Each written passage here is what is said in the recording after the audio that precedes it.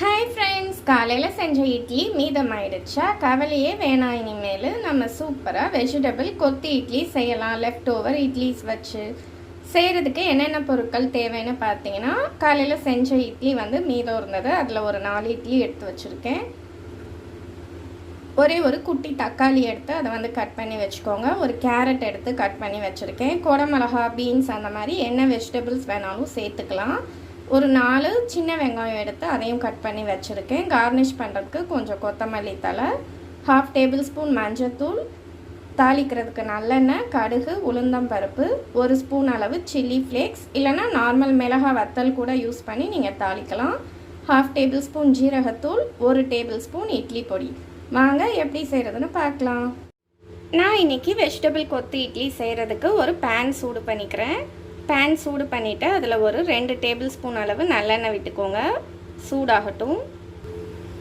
இந்த கொத்து இட்லி செய்கிறதுக்கு நல்லெண்ணெய் மட்டுமே யூஸ் பண்ணுங்கள் ஃப்ரெண்ட்ஸ். அப்போ தான் ஃப்ளேவர் ரொம்ப சூப்பராக இருக்கும்.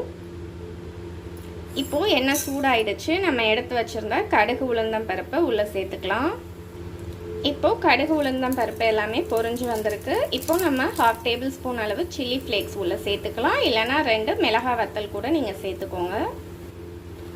இப்போ நம்ம நறுக்கி வச்சிருக்கிற வெங்காயம், தக்காளி, கேரட் எல்லாமே உள்ளே சேர்த்துக்கலாம். ஒரு 2 நிமிஷம் நல்லா வதக்கி விட்டுக்கோங்க. இப்போது இதை வதங்குற டைமில் ஒரு 1/4 டேபிள் ஸ்பூன் மஞ்சத்தூள் உள்ளே சேர்த்துக்கோங்க.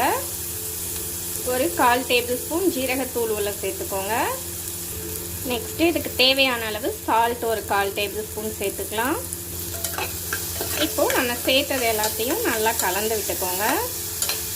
எடுத்து வச்சுருந்த அந்த 4 இட்லியை நல்லா இந்த மாதிரி உதிர்த்து விட்டு வச்சுக்கோங்க. இப்போ நம்ம இதையும் உள்ளே சேர்த்துடலாம்.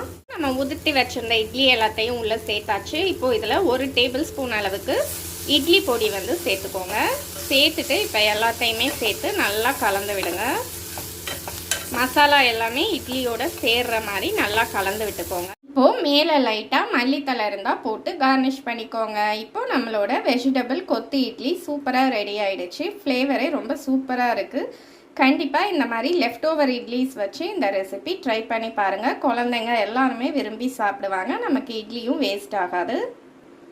இந்த ரெசிபிக்கு பார்த்தீங்க அப்படின்னா நமக்கு சைட் டிஷ்ஷே தேவையில்லை. இதிலே நம்ம சில்லி ஃப்ளேக்ஸ் அப்புறம் இட்லி பொடி எல்லாமே சேர்த்துருக்கிறதுனால சூப்பராக இருக்கும். காய்கறியும் இருக்கிறதுனால நம்ம அப்படியே சாப்பிடலாம். இதுக்கு பெருசாக சைட் டிஷ் கண்டிப்பாக தேவைன்ட்டு கிடையாது. உங்களுக்கு என்னோடய ரெசிபி பிடிச்சிருந்தா மறக்காமல் லைக் கொடுங்க. ஃப்ரெண்ட்ஸ் எல்லாருக்கும் ஷேர் பண்ணுங்கள். உங்கள் கமெண்ட்ஸை போஸ்ட் பண்ணுங்கள். Bye friends, thank you.